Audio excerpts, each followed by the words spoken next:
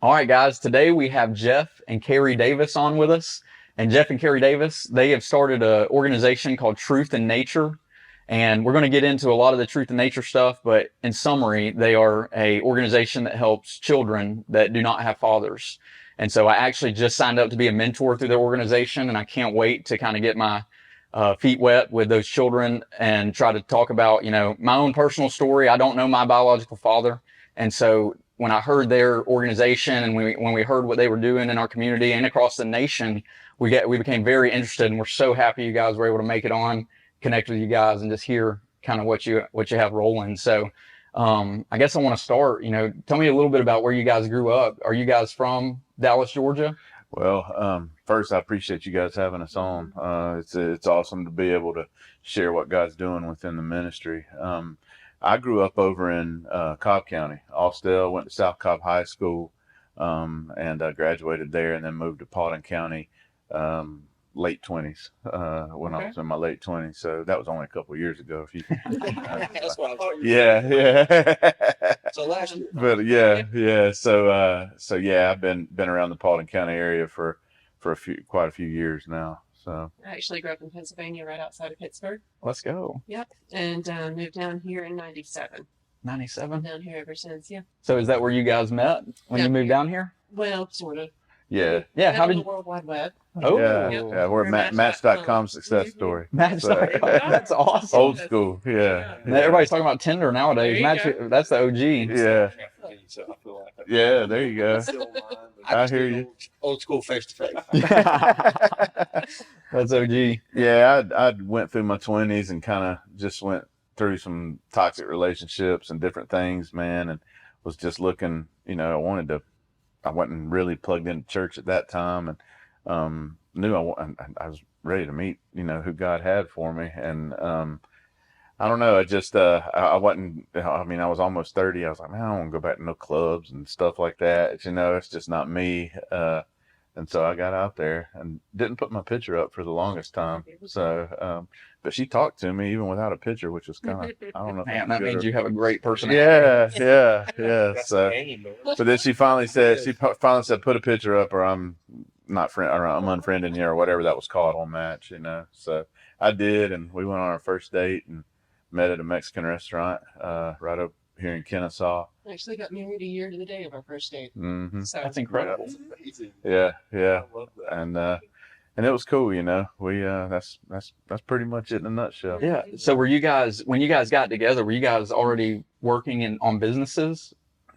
So I was working for Caristar, which is the parent company for Austell Box Board. I was a 16-year IT professional, so IT manager. I was a project manager for them, running projects all over the country, and that's what I was doing. She was working an administrative career. Truth in Nature wasn't born at that point. Yeah. It was probably two years or so after we met. Mhm. Okay. Before Truth in Nature kind of came to fruition.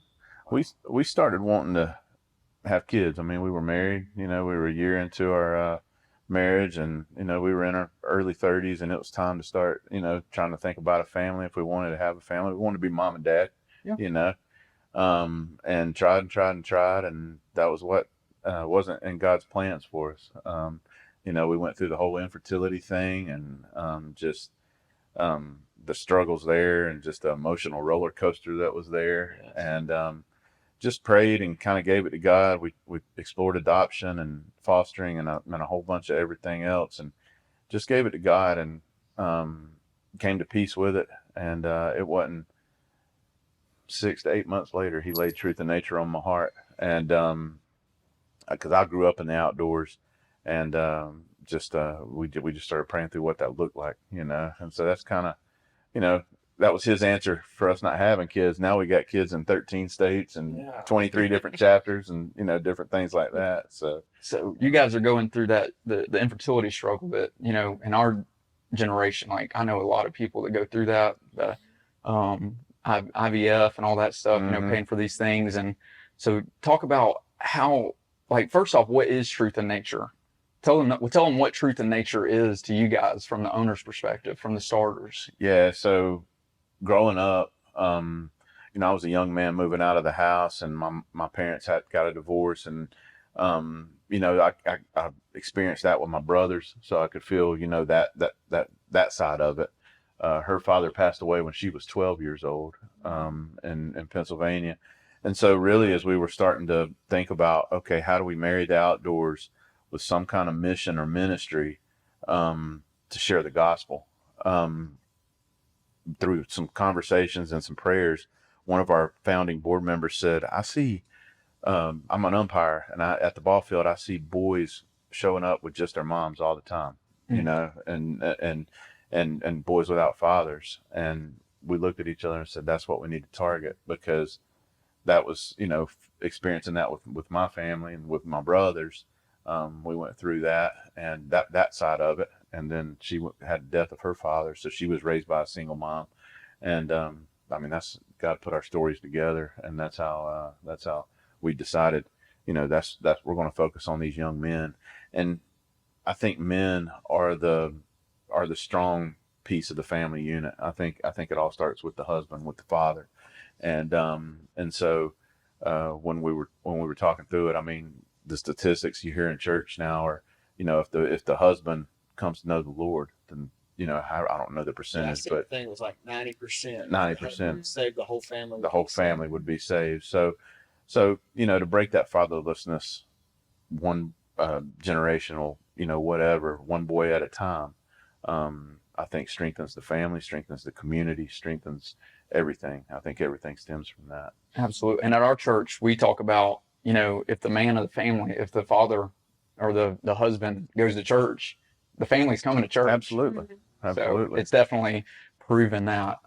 What was your vision for it in the beginning? Because I know a lot of times we talk about how when God gives you like the vision, you don't really understand you don't like tell you all the stuff you're going to have to go through to get to the end. Right.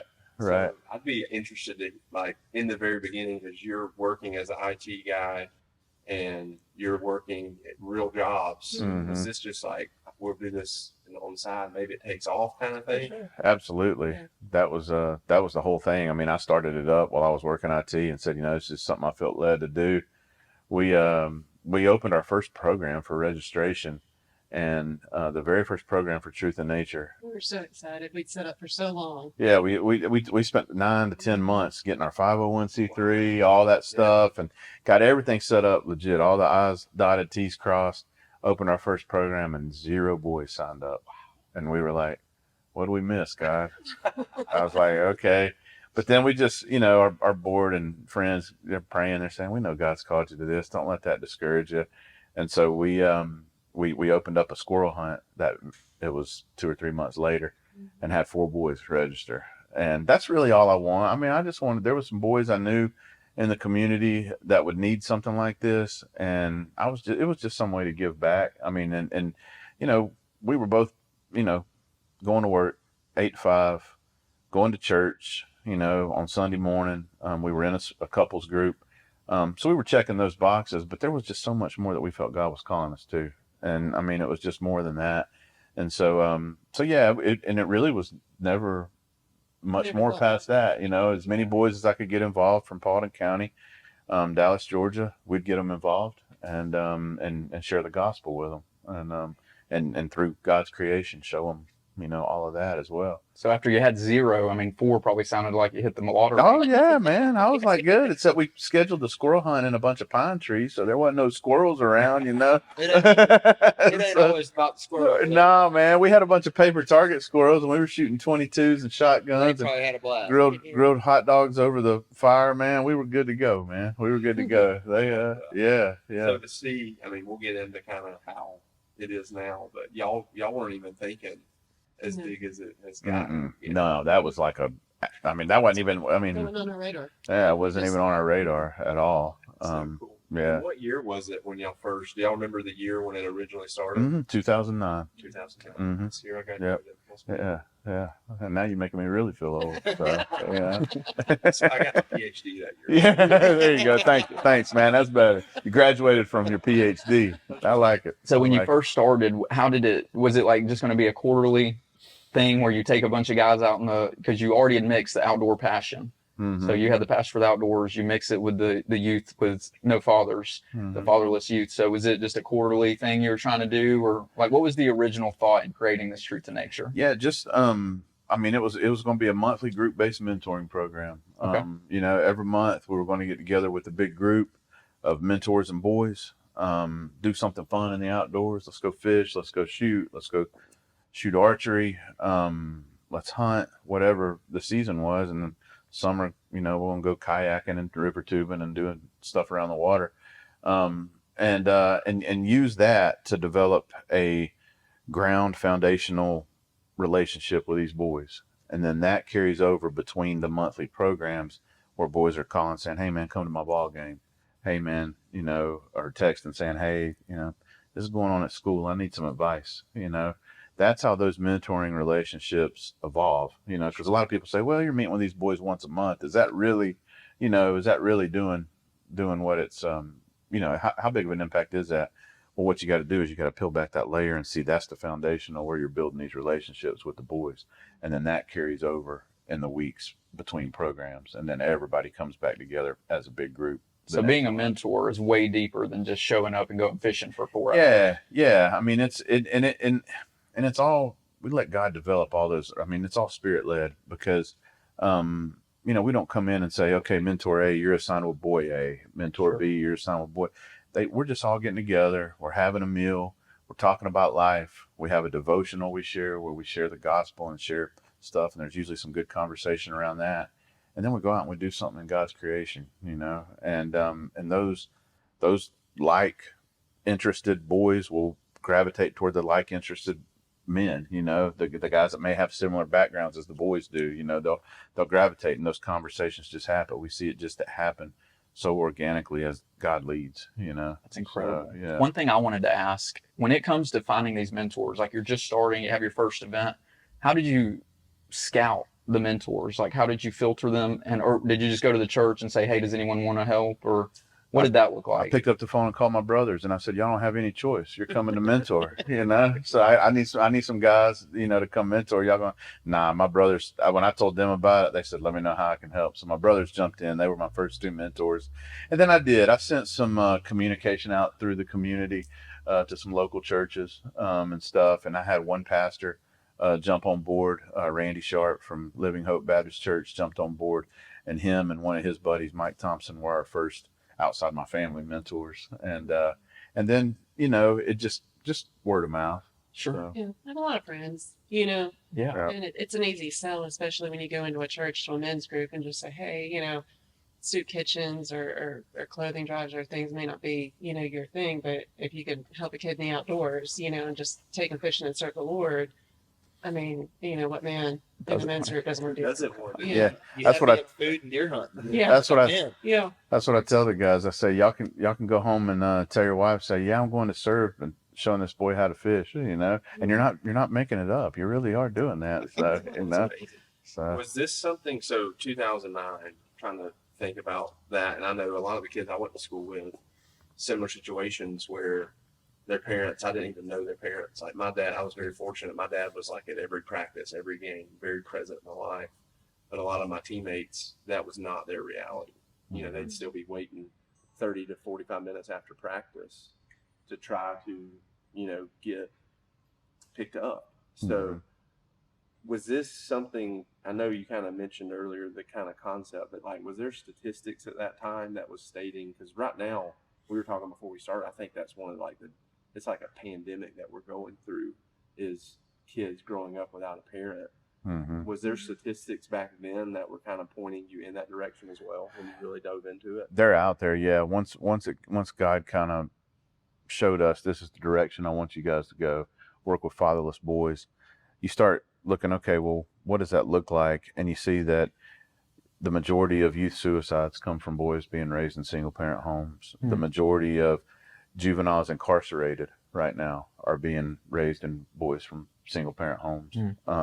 You know, the list goes on in those type of statistics. Runaways, you know, our boys are children being raised in single parent homes, and those type of things. So yeah, when you see that, you know, the need's out there, you know. And I mean not just having a father to not just guide you in the ways of how to, you know, drive a nail, or how to, you know, cut a board, or how to change the oil or rotate the tires, but having a man to show you what is it like to be a man, you know. Yeah. Because I think as a society we've lost our identity and of what a man truly is, you know. Absolutely. I mean, Like, and how to communicate. yeah. It's so clear.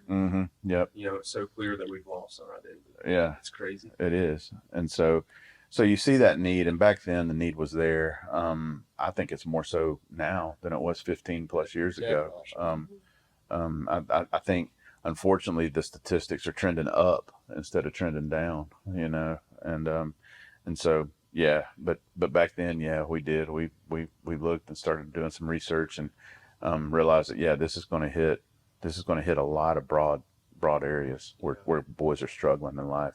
And I think about a lot of times I like to, you know, obviously stay up to date with what's going on in the world, and it can be depressing if you're not careful in today's world. I think if you read the Bible, that's just what's going to happen. It is. But the thing is, I think I'm always like, how do you really fix the problem? Like the fatherless household is clearly a problem. How do you really fix it? Like, how it's easy to talk all day, but I think what you guys are doing is kind of fixing the problem. So I think there needs to be more programs like this. Needs to be broadcasted to the world, because if more men could step up and help those, because what I see is going to happen is the kids that go through your program are more than likely, there's a high percentage they're going to be a present dad. You know what I mean? Like, y'all are almost changing the mold, because what I see a lot of times is it's like a repeated cycle of their dad wasn't there, and then they end up being the same dad that's not there. And then Sure. you know what I mean? And like I'm just like, I come from my grandfather was present, my dad was present, all these things. So it's almost like you're changing the environment for these kids. Yeah. It's a product of the environment that you're brought up in, right? Exactly. So Right. yeah, you're absolutely right, because, you know, if that's all they see is, you know, then that's what they're going to be. That's all they know. And to be able to come and walk alongside these boys and just show them that, you know, and we have plenty of boys that graduate our program. A lot of them will go serve in the military. Some start a trade, but there's boys out there that I'm still friends with on social media that are married with kids. And just, I mean, when you see that, that's, you know, they've broken that cycle, you know, and they're Absolutely. present, and they're, you know, I'll say, you know, you never reach 100% of them, but the seeds are always planted in 100% of them, Yes. you know. So all those seeds are planted, and whether God waters them today or 2 weeks from now or 2 years from now, or we may never know this side of heaven, you know. Absolutely. But So you those guys seeds start are this always- thing. You guys start this thing in 2009. How quickly, or what point do you start seeing expansion? So you start in Paulding or Dallas, and then you're like, wow, we could take this elsewhere. Yeah. This is a nationwide dilemma. That actually never crossed our mind at first. Really? It did, and it's funny story. We were getting a lot of interest in Dallas, and we quickly, within the second year, we got up to 15, 16, 17 boys involved in the chapter once the word started getting out. And to us, we were like, whoa, that's a big deal, you know. And we were running a program every month, and I got a Facebook message from a guy named Michael Rivers down in Louisiana. He said, hey, I've been following you, and I've been wanting to send this message for quite some time now.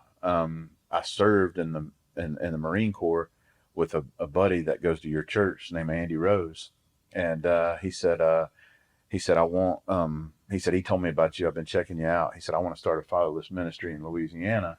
He said, do you mind if I come up with one of my deacons from my church and we check out how y'all do things? And I said, nah, man, by all means, come on up. Send them the paperwork, background check, all that stuff they got to do to come to a program. They traveled all the way from Louisiana and came to a camp out. And they went back and talked about it, and me and Carrie were praying about it. And I was like, we're already doing this, and we got a blueprint.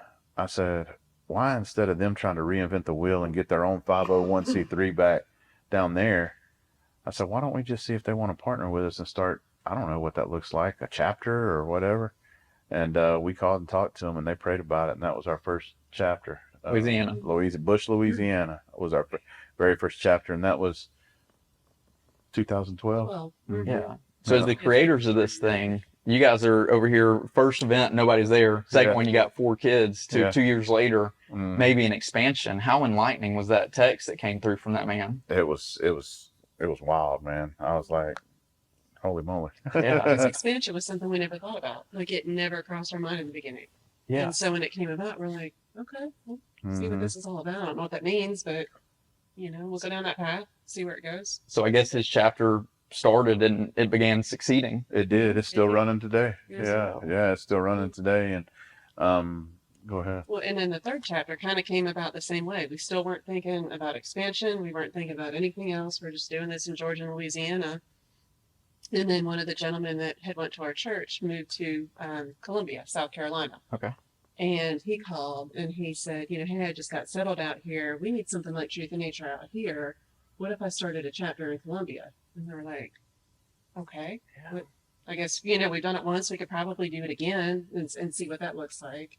And so that's how the third one came about. And then, shortly thereafter, it just kind of, God showed us, this is more than just Dallas, Georgia. Like I've got bigger plans here. And then that's kind of when we started thinking about just, reaching boys all over the U.S. But at first it was not even on our radar. And I want to take a time. So this is just like, we have entrepreneurs on here. We have spiritual leaders. We have new business owners, old business owners for 20 years. But what these guys are saying, they started a nonprofit and they created a system and a blueprint. And whether it's 501c3 ministry, where God is completely has his hand on everything, or if it's a new business, running a system and a blueprint that's duplicatable is huge. You can duplicate anything. You can duplicate insurance. You can duplicate real estate, but you guys decided to duplicate ministry. Mm-hmm. And that's why it's so cool to me that you guys' story. How was that process? It was pretty stressful at first. We, as we started, really seeing what God was opening the door to, the momentum started happening with the chapters, with the boys. We were both working full-time jobs and coming home at night, grabbing something quick to eat and having to say, okay, how are we going to raise funding? How are we going to make sure this next program's got the venue, got all, what are we going to do? We've got 2 chapters now. How do we make sure they're healthy? How do we do all that?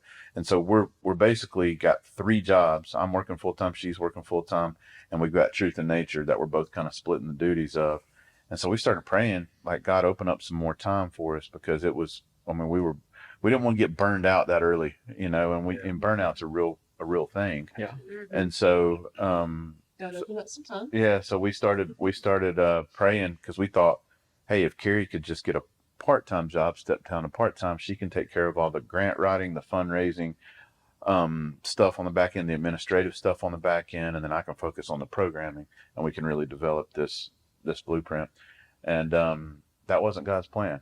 I was called in December of 2011, actually, and told that I was being laid off from my 16-year IT. They were sending all the jobs to India, and it scared me, man. I was like, okay, God, what are you doing now? Because you just took I was the breadwinner of the household, and you're taking that away. I get 3 months of severance.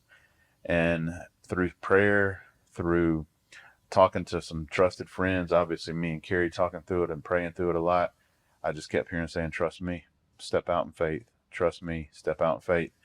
And even had people say, man, you're crazy. You need to put your resume out there. I had a national company calling me, wanting me to be a project manager overseas in Europe for them, and run I would be over there 3 weeks out of every month. And I turned it down and said, nah, this is what God's calling me to do.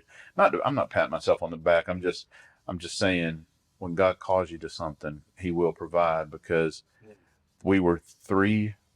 Did you have something to add there? Well, I just wanted to make a point. At that point in time, like, Truth and Nature couldn't pay anybody anything. Sure. So for him to take a full-time job at Truth and Nature, that was great, but it came with no salary. Yeah. At that No point. insurance, no nothing. I mean, it came with nothing. It was like, okay, I got a laptop and a kitchen table desk. Talk about stepping out on faith. Yeah, and okay, now what are we going to do?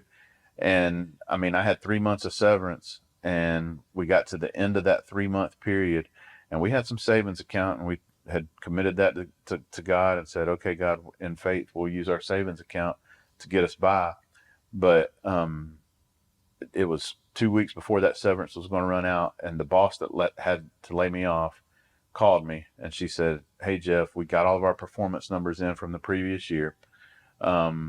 We are going to include the people we laid off because y'all worked that full year and helped us achieve these performance. As an IT manager, you are qualifying for a 60% bonus." So I got a check 2 weeks later as my severance was running out for 60% of my salary the prior year that we put in the bank. And that was what I drew as a paycheck for the rest of the probably year and a half after that. Wow. And I said, "God, you got my attention now. Let's roll." You know, like, I mean, it was like, and again, man, I say that not to pat myself on the back, but just to give God the glory, because when he calls you to something, he will provide. Mm-hmm. And there's still times in the ministry right now, especially these day and times with the economy like it is, where you think, man, the funding's not going to be there for this. The funding's not going to be there for this. How are we going to do this? How's the funding going to work? God is faithful.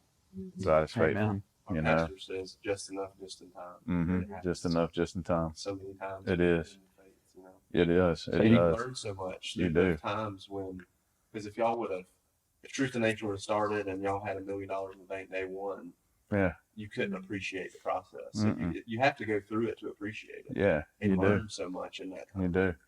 But after that, man, that is when we really started developing, back to your question about the blueprint of a chapter. And that has evolved over the years. I mean, you know, we learn, we adjust, we do things differently now. We've got a full-blown back-end resource management system that Carrie and her team, you know, manage. But it's, I mean, once we got that blueprint, I would say by 2015, that very next year, 2015, 2016, wasn't it? 5 more chapters came on. Wow. I mean, and it was, I was like, holy cow, we went from 3 to 8 in 1 year. And these chapters, are these people just, hey, I saw you online, or I visited your church, I heard about it through this guy? Alex, it's crazy, man. I don't even know how some of these people hear about it. It's like I just saw a post on Facebook shared, and I wanted to call and learn more. And then when I tell him our story and about a chapter and stuff, 2 days later, he's like, "Man, I shared this with my wife. There's no way we can't do this. How do I apply to become a chapter?" There's a whole process and becoming a chapter. I mean, on the rare occasion we have said no because we don't feel like it's the right, you know, time or fit or whatever season for somebody or something. But we have a full-blown process to do that. We want to be good stewards of what God's blessed us with. Amen. And make sure it's the right people, you know, and to lead. And each chapter has its own story, how it came to us, which I love. One of my favorite ones is our Newberry, Michigan chapter. Yeah. They're up in the UP, about 20 miles from the Canadian border. Mm-hmm. And that came about because one of our first 4 boys, Tanner, had an uncle that lived up there in Newberry.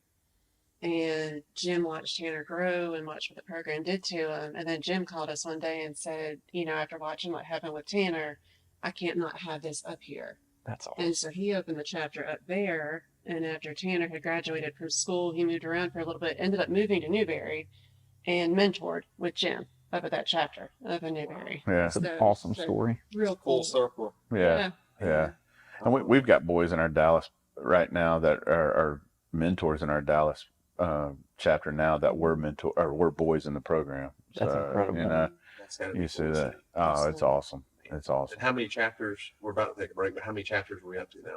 We're up to 23 chapters in 13 states, you know, with a couple more in the pipe right now that they haven't been through the full approval process, but yeah.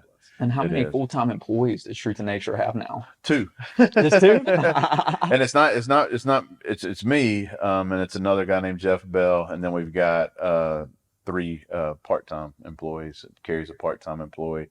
And we've got another couple part-time employees that help us. That's incredible. We've got plans, and we can get into our growth and vision here in a minute, but we've got plans to expand and to have some staffing needs met. Because it gets to be a lot sometimes.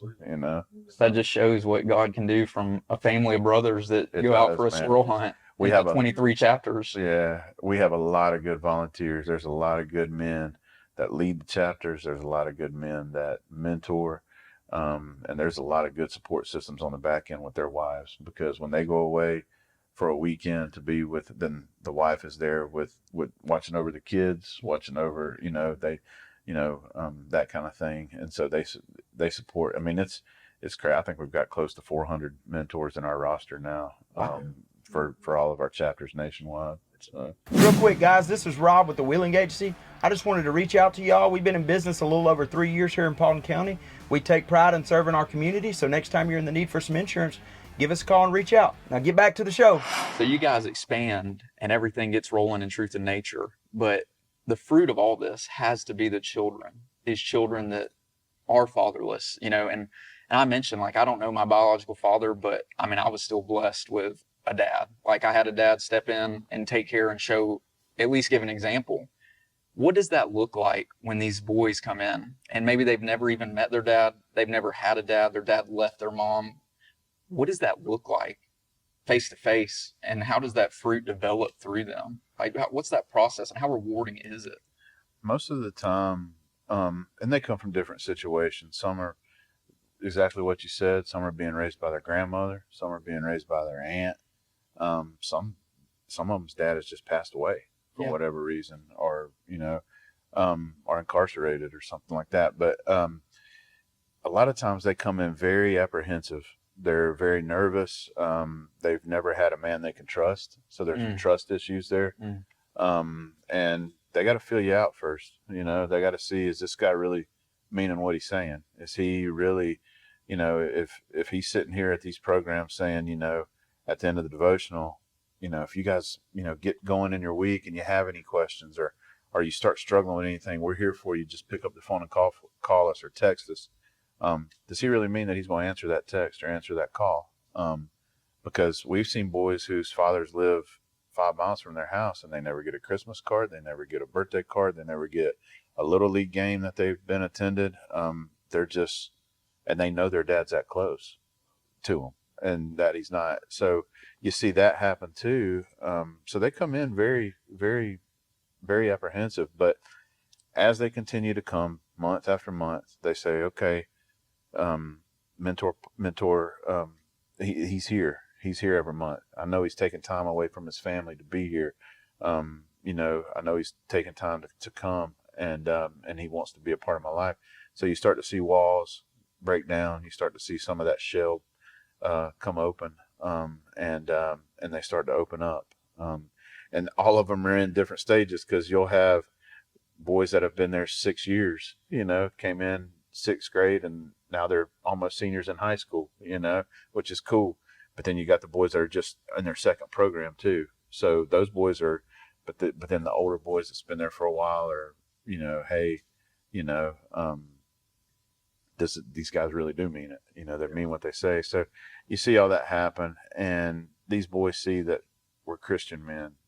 We're men that are going to point them to Jesus. And when you see them make a decision for Jesus and start their walk with the Lord, that's where it hits the road, man. Yeah. I mean, because then you got that continued discipleship with them, and that's accomplishing the mission of truth and nature. Yeah, that's amazing. I love seeing them shoot their first deer, catch their first fish. I've been sitting in the stand or sitting around the pond with many of those, hit their first bullseye with the archery or something like that, man. And those things are to be celebrated. They build character. They build self-esteem. They give them a new hobby or interest or something like that. That's all good stuff. But when you see them make a decision for the Lord, man, that'll humble you. Yeah. And that's my favorite. I mean, all of us, obviously we talk about faith a lot on this show, but the ministry that you guys provide to the disciples, to the young people, to the people that maybe don't get that at home is got to be my favorite part about it. Sure. Yeah, because how many people can you relate to that a church isn't going? Right. In that setting, right? Like, it's not really church, but you're still giving them the same message. Mm-hmm. What does that look like from, like, as far as when you take them fishing? Do y'all have devotionals that y'all do like at every meeting? Mm-hmm. So how does that look like? How are y'all administering the gospel? Yeah, so we have a standard. We've gotten to the point now with all the chapters and stuff. It used to be where the directors would prepare their own devotionals or get one of the mentors to prepare the devotional, whatever God was laying on their heart. We just left. But as we got bigger and started wanting to get more guys involved, we saw the need for org-wide standard devotionals. So what we'll do is at the beginning of the year, we'll put out 12 devotionals, one per month. We We send them digitally to all the program directors that are on our app, and they all cover a different topic that we take. We take ideas from the field. You know, what if your boys asked y'all about this year that maybe we didn't cover, and that way we can give them some biblical advice on that. And so we've had, I mean, this year we've had boundaries in dating, we've had pornography, we've had pride, we've had just different topics that some of these boys are maybe struggling with or maybe need to know about how to be a man. And at the end of it, we always wrap it up with the gospel. Like if you haven't ever made a decision for Jesus and you want to learn how to break those chains of picking up your phone and wanting to look at pornography every so often, let's tell you how you can start a relationship with Jesus and he can help you down that road. Those are the things that we do, and that's how we incorporate the gospel with our stuff. And then, man, you'll have so if it's an overnight, Friday night is usually the meal, the catch up time, around, life and stuff. And then the big devotional. And usually the next day, whether it's in a deer stand, whether it's a couple boys and a mentor sitting there waiting for squirrels to come out, or whether it's, a fishing program where they're sitting around a pond, the mentors can then use some of what was discussed last night in the devotional to generate some conversation with just the 2 or 3 boys they've got fishing around them, or something like that, And so it kind of makes the bigger group smaller, So, Something like, what did you think about last night's message or something like that? Yeah, man. Yeah. And then just, let God work, man. I mean, step back and let him work. Let him guide those conversations. Amen. I know you had told me about the guy who he had changed so much that his uncle or grandfather had opened that in Michigan. What's another, I just want to hear more success stories about these young men that have started and maybe they circled back and became mentors that led others to Christ, or maybe they started their own chapter. Is there one success story that stands out through your program over the last, 14 years? There's a bunch of them. There's a ton of them. The one that always jumps to mind is one of our local young men, Daniel. He was our 5th boy ever in the program, about this high, 6th grade, drove me freaking nuts. I mean, just bouncing off the walls, man, just mocking me, and he always laughs. And I said, I don't remember mocking you. I was like, oh, you mocked me, boy. So he goes through the whole program. I mean, and we attended his graduation, high school graduation. He's been saved, and he had one of our longstanding mentors named Tim that they really connected. And so Tim every week there was a phone call every week, or hey, let's go grab a burger every week, or he I think he played in the marching band, so hey, I'm going to come watch you play in the marching band at high school, that kind of thing. And just to see him, he got in the deer stand with Tim one day, and it was one of his last times ever hunting with us. And I'll never forget Tim come out of the woods in tears. He said, we sat in the stand, and Daniel said, I don't even know if I want to shoot a deer right now. Can we just pray? And he said he had never been one to pray out loud, and he just started. Tim said, yeah, go ahead. And he said he just started praying. He prayed the most beautiful prayer. And then they just started talking life like we are now. They care less if a deer walked by or not. They were sitting in the deer stand, watching the woods wake up that morning and just having, solid conversation. Well, now Daniel's one of our mentors too, that comes back and mentors with us. He went on to be very successful. And this kid will be successful in whatever he puts his mind to. He's a very smart young man. We're very proud of him. Absolutely. Yeah. I love to hear the impact that you guys have made. We had Jay Wallace on the show, and he had spoke about a campus that you guys had acquired in Rockmart, Georgia. Mm-hmm. I want to hear from you guys' perspective. How did that all come about? Because the only thing I know about it is there's a lot of acreage, and now you have bunks and everything set up. Nice building and stuff. Yeah. He explained it. So what did that look like from you guys' perspective, the people who created Truth in Nature? Well, first of all, the Wallace family, you don't get much better than them. Jay and Cecilia, Nick, Eric, Jason, they're all good folks, man. Love to give back to the community, and they've been a very, they're family to us now. They just are, and Jay and them will tell you that. But we had a camp. So Truth in Nature, we came from pulling a trailer, an enclosed trailer, setting up cots in gymnasiums, church gymnasiums for our programs on Friday night, and then we'd pack up the whole trailer and go over to a lake or go over to a hunting property or whatever the very next morning, right? So so that's what we were doing in the early days. Well, then we partnered with a local organization and got 100 acres right over here off Homer Cochran Road, and signed a 5-year lease with them. And at the end of that 5-year lease, it was $1 a year. It was a blessing. The Paulding County school system donated some modular units, and we were able to turn bunk houses and a couple bathrooms and a little group room to do our meals and stuff. And it was just for the Dallas chapter, right? So I mean, any of our chapters could have used it, but I mean that was right here, so Dallas just used it. And at the end of the 5 years, they decided they were going in a different direction with the property for their organization. So they weren't going to renew the lease, and we were just talking like, what are we going to do? We got to have a home base, And Jay and his family have been partners with us forever. And he calls, and we were at the leader hunt, and he shows these pictures on his phone. He says, "Look at these pictures," and it's beautiful waterfalls, big lake, beautiful woods. And he said, "What do you think about that?" And I said, "Well, it looks like a beautiful piece of property." And he says, "Can you and Carrie meet me over in Rockmart? It's in Rockmart. I want to show it to y'all." I'm like, "Yeah, okay, we can do that." And so me and Carrie go over there, and it turns out it's an old abandoned troubled youth facility that had been sitting there for 15 years and had been vandalized. I mean, a place looked like The Walking Dead. You walk in there, it's like, what the crap is he bringing us to? Like, and the land was beautiful. But the land was beautiful, and the infrastructure was there. And he toured us all through this, and I said, "Man, it's beautiful, Jay." I said, "What's the catch here?" He said, "Well, I won't get too excited because I'm about to close on it." He said, "And the closing hadn't happened, but I'm buying this because this is truth in nature." Mm.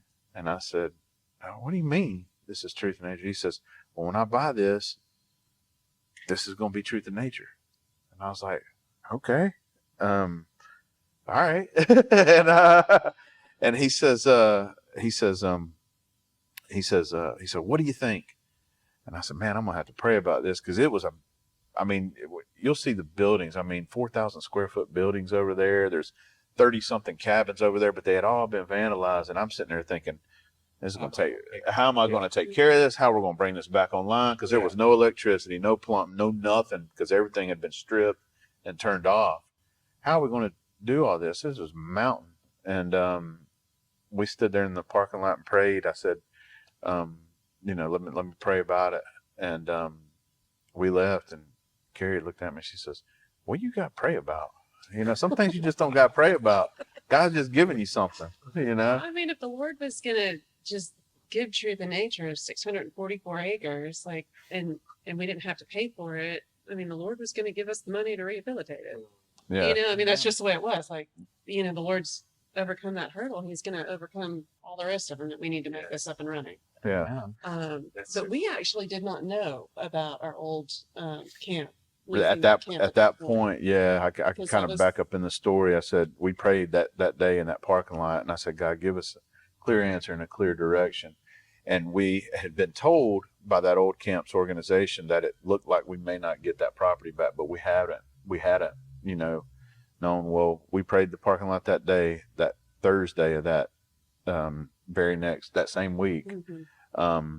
I got a letter from that organization saying, "You're no longer going to have this property." And so I was like, "Okay, that's got to be our answer. Jay, let's roll, man. I don't know how this is going to work, but Carrie says God's going to provide, so let's roll, But I knew it was, man. It was probably a lot of things. You're probably feeling a lot of overwhelm at that point, a lot of gratitude. And I think even what y'all did, the praying and having y'all talk, that's a lesson in itself, how y'all handled that situation. That was very wise. She was the big voice of reason there, man. That's a shame when I'm the voice of reason. But how did that look with the process of getting it back online? Was that it was a challenge in itself? Yeah, it was a process. We just decided, okay, the little lake cabin that'll sleep 10 people. That was the low hanging fruit, right? We could tear the carpet out, repaint, put some new flooring in, and get bunks in there, and we could host a small group there. Clean up the dam on the lake and get that. So we just started taking it by chunks. And as we started working through it, COVID hit. and everything shut A down. month So you later. got all these guys that are sitting in the house like going crazy because they can't go. Everything's shut down. Man, y'all come over to the property. Let's work. Yeah. You know, Plenty of outdoor space. you out know. there. I said, the camp's open for business, baby. I said, we're outdoors. We can work. We can Social distance. Yeah. Whatever we need, man. And so we started having guys show up and work, man, and running bush hogs and tractors and skid steers and all kinds of stuff. And then we moved over to the main campus where we wanted to create administrative offices and then a big 36 bunk lodge with a small dining room and that kind of thing. And so we started putting together the bones for that. And man, I mean, we had people just show up. I mean, B&D concrete cutting, Art Plumbing. I mean, all these companies just heard about what we were doing and just started showing up. And before we knew it, we had a goal. We had a year to finish up programming over at the old camp. And then by February of that following year, we had to be ready to roll. And I think we put the last plate on the electrical outlet and got everything cleaned up the weekend before that next. I mean, it was awesome, man. We kicked it off with a squirrel hunt for our Carrollton and Dallas chapters, and man, we hadn't looked back since. And now we brought it back enough. There's still a lot to do. I mean, there's so much to do over there. There's still buildings that are still vandalized on the backside. There's still cabins that are some areas where cabins are falling in, but we can sleep 100 boys and mentors there now. Wow. So just You come. ain't got to wake up and pack a trailer to go. Nah, man, it's all right there in the storage room. I mean, everything's right there, man. And we just had, What was so cool to me throughout that period, though, because it was a little bit overwhelming. I mean, just there was so much to do. And it would have been amazing if we could have just walked in there and flipped the lights on, just rock and rolled. But because we couldn't, and truthfully, because Truth and Nature couldn't afford to refurbish all of that, like on our own, like we had other chapters and, we just couldn't tie all of our resources up right there. So we needed God. We relied on God to come and do this and fix this. And we saw so many stories throughout like that year of renovation where God not only just showed up, but showed off, and just did things that we could have never imagined or thought or planned for. And so it was just neat watching all those God stories this whole time. And what was really cool is throughout the whole process, all these contractors and people that were coming in that we didn't even know that were coming in to help us refurbish this place. Like we got a chance to tell them, like, here's how good God is. Here's what he's doing. Here's what True to Nature is. And so we just got a chance to witness and testify to so many folks. And I think through that process, just watching like what humanly we couldn't have done on our own without the Lord, all of our mentors that were there with us, like through that, just watch the Lord show up in ways that they've never seen him before. Yes. And so that's what was so cool, was just to watch that happen and just to get to just share how awesome the Lord is in ways that people would normally see him like that. And so it would have been great to flip the switch, but it was really great. Well, it's like he had said, though, if it was easy, the appreciation wouldn't be there. And I drank some coffee before this, but y'all are getting me fired up. It strengthens your faith when you go through it does, man. It what I mean? does. It's just like when you're truly dependent. And that's why Jesus wants us to be dependent on him. And a lot of times when things are just easy and right there in front of us, we don't have to work that hard. It's really easy to let the egos slip in those moments and think that you're not as dependent on him. So it's so cool to go through that. That's right. And you guys are a prime example of you can't outgive God. Mm-hmm. Yeah. Like you've given the last however many years to the ministry. Yeah. And he just keeps showing up and beating it over and over. He does. He's a good and faithful God. He's a good and faithful. I think we filled up 17 dumpsters.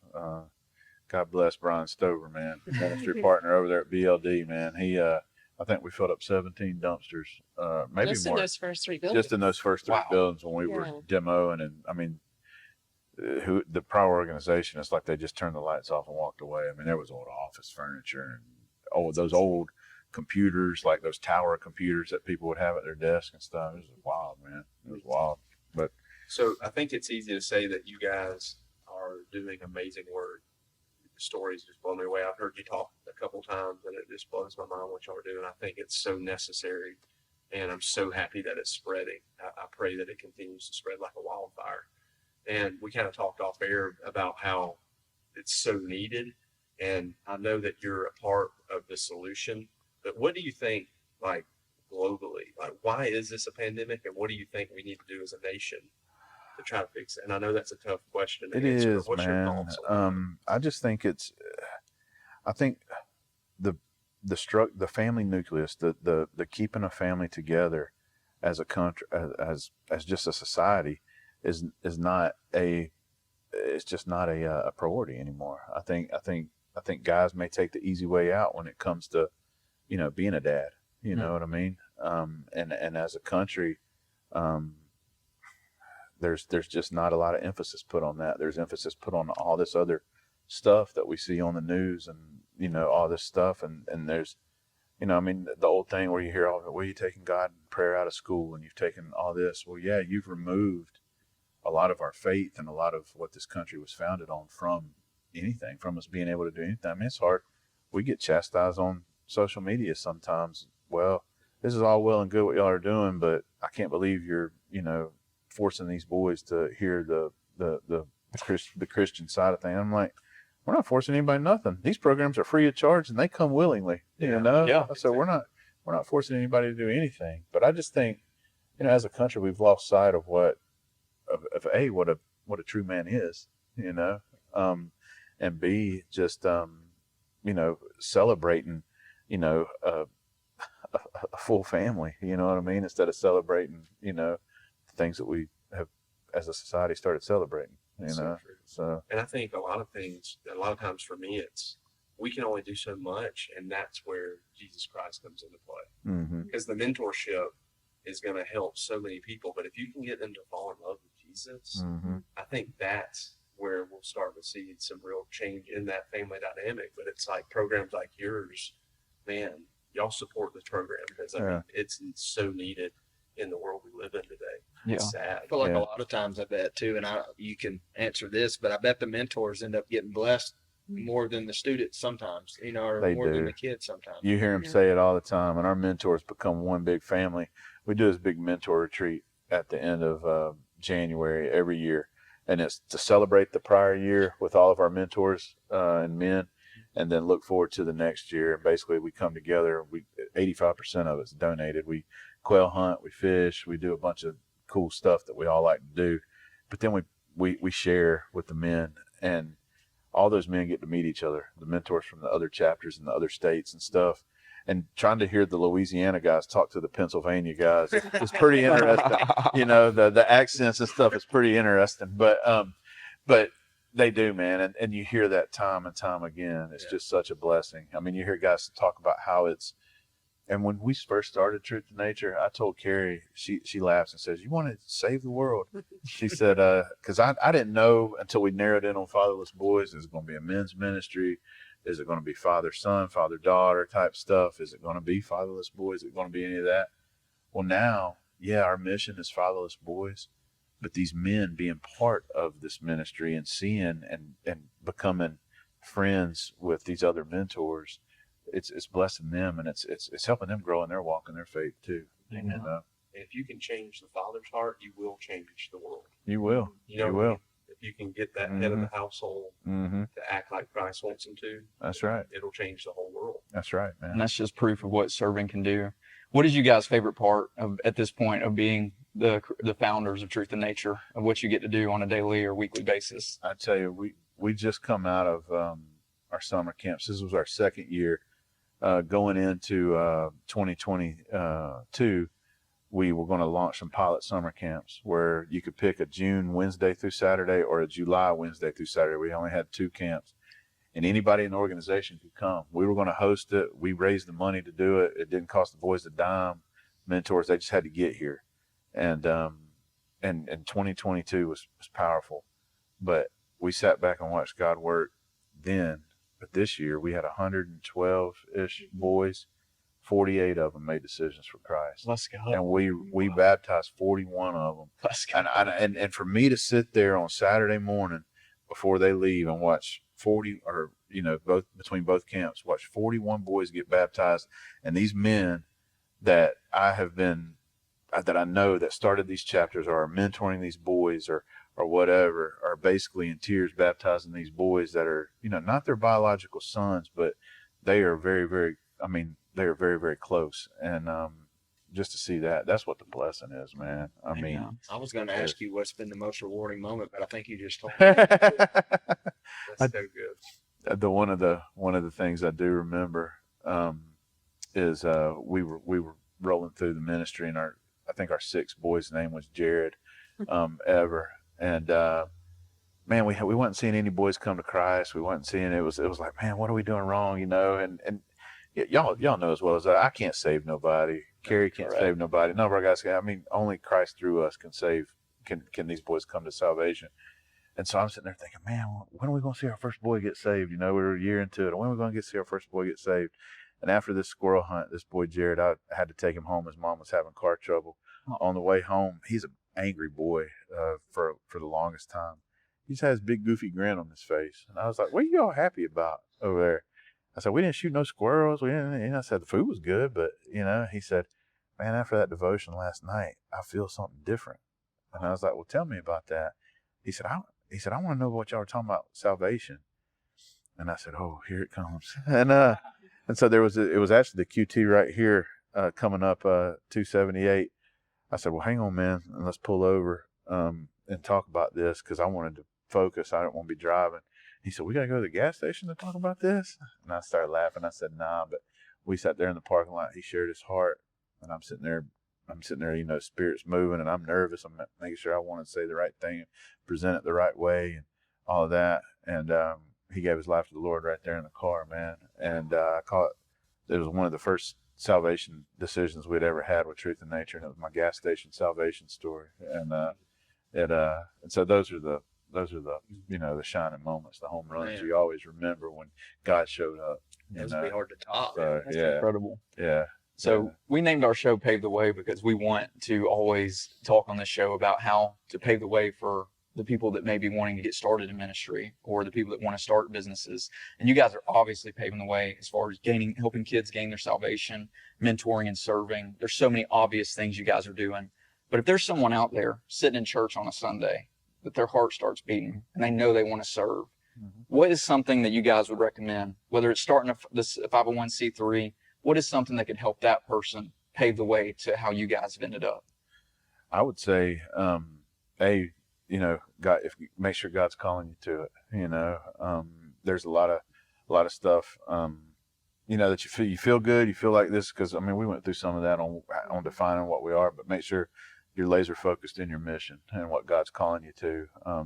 Because he usually, or what I've seen is he uses a lot of your story to develop, where you're going to, and just trust him. But starting your own 501c3, that's not an easy task, but God'll provide the resources to do it. And it's just fate. Yeah, and I would say too, you don't have to have it all figured out when you start. We're still trying to figure it out. Yeah. So, 15 years later. You just you start, because I think I see that in a lot of people. Well, once I get it all figured out, then I'll do this. Well, you might not ever get it all figured out right. Just start doing it, and the Lord's just going to grow you and show you. Yeah. As we move along. Yeah, So. we're kind of in the same boat. Three years in our business, we're still figuring things out. So Sure. that is so true. And I want you guys. So if someone's watching this and they want to support you guys are on Facebook, Instagram. You can Google Truth in Nature. How can they find you to donate or become a mentor themselves? Yeah, it's truthinnature.org. Real simple. All spelled out, Truth in Nature, and that's IN, not the letter N. I get a lot of people, I can't get to your website, but truthinnature.org. And there's a donate page right there for each of our chapters. Our general growth fund helps us expand the ministry into other communities. So whatever way you would like to donate, there's a link on there for mentors. So if you're wanting to be a mentor, find your local chapter based on our chapter page, and just look at it and contact your local program director. If you're a single mom or a grandmother raising a boy, or middle or high school, or an aunt, there's a section on the website for you where you can hear from moms, you can hear from testimonies, some videos, and you can get plugged into your local chapter. So. Awesome, man. Well, Jeff, Carrie, thank y'all so much for coming on today. We appreciate it. We appreciate you guys. Yeah. Absolutely. Yeah. Thanks, man. Thank y'all.